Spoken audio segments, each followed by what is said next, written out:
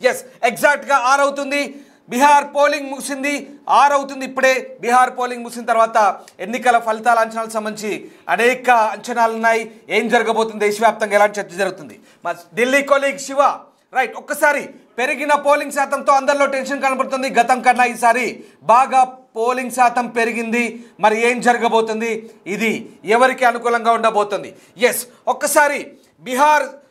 peoples pulse survey సంస్థ చెప్తున్నా అంచనాలు ఒకసారి మీకు బయటికి విడుదల చేస్తున్నాం బీజేపీ జేడీయూ కూటమి 133 ప్లస్ 159 బీజేపీ జేడీయూ కూటమి 133 నుంచి 159 వరకు గెలుచుకునే అవకాశాలు చెప్తుంది కాంగ్రెస్ అలాగే ఆర్జేడీ 75 నుంచి 101 గెలుచుకునే అవకాశం కనిపిస్తుంది ఇతరులు 2 నుంచి 13% వరకు గెలుచుకునే అవకాశాలు కనిపిస్తుంది పీపుల్స్ పల్స్ సర్వే సంస్థ చెప్తున్న అంచనాలు నేను మీకు మళ్ళీ వెల్లడిస్తున్నాను బీజేపీ అంటే ఎన్డీఏ కూటమి 133 నుంచి 159 వరకు గెలుచుకునే అవకాశాలంటగా పీపుల్స్ పల్స్ సంస్థ చెప్తోంది కాంగ్రెస్ ప్లస్ ఆర్జేడీ అంటే మహాగఠబంధన్ కూటమి 75 నుంచి 101 గెలుచుకునే అవకాశాలున్నట్టుగా చెప్తోంది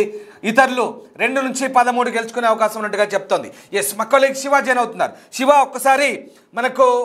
బిహార్ ఎగ్జిట్ పోల్స్ అంచనాలు ఇప్పుడే వెలువడుతున్నాయి బిహార్లో పోలింగ్ ముగిసింది ఎంత శాతం పోలింగ్ జరిగింది ఈసారి పోలింగ్ భారీగా జరిగినట్టు చెప్తుంది ఈసారి పోలింగ్ పర్సెంటేజ్ ఎవరికి అనుకూలంగా మారబోతుంది ఎవరికి ప్రతికూలంగా మారబోతుంది ఎలాంటి అంచనాలు ఉన్నాయి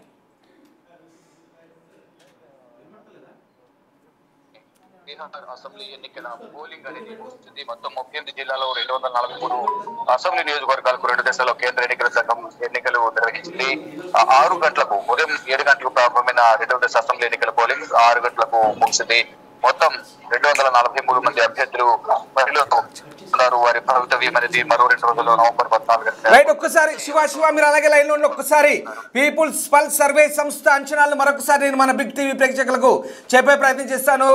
ఎన్డీఏ కూటమి 133 నుంచి 159 ఈసారి పీపుల్స్ పల్స్ సర్వే సంస్థ చెప్తోంది ఎన్డీఏకే మళ్ళీ బీహార్ ప్రజలు పట్టం కట్టబోతున్నారని చెప్తోంది అలాగే మహాగఠబంధన్ కేవలం 101 సీట్లకు మాత్రమే పరిమితం కాబోతోంది 75 నుంచి 101 కాంగ్రెస్ ఆర్జేడీ కలిపి ఇతరులు 2 నుంచి 13 సీట్లు మాత్రమే గెలుచుకోబోతున్నారని చెప్తుంది ఓవరాల్గా పీపుల్స్ పల్స్ సంస్థ చెప్తోంది ఈసారి మళ్ళీ ఎన్డీఏదే అధికారం దాదాపు 159 దాదాపుగా 159 మెజార్టీ స్థానాలు ఈ 2 బీజేపీ జేడీయూ కలిసి గెలవబోతున్నారు మళ్ళీ నితీష్ కుమారే ముఖ్యమంత్రి కాబోతున్నారంటూ పీపుల్స్ పల్స్ సంస్థ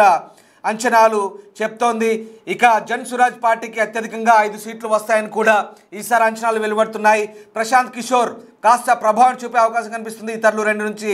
8 చోట్ల గెలిచే అవకాశం ఉందంటూ సర్వే చెప్తోంది పీపుల్స్ పల్స్ సర్వే సంస్థ ఎన్డీఏ వైపే మొగ్గు చూపుతుంది బీహార్లో ఎన్డీఏకే మళ్ళీ ప్రజలు పట్టం కట్టబోతున్నారంటూ పీపుల్స్ సర్వే సంస్థ చెప్తుంది ఎస్ శివ ఈసారి పీపుల్స్ పల్స్ సర్వే సంస్థ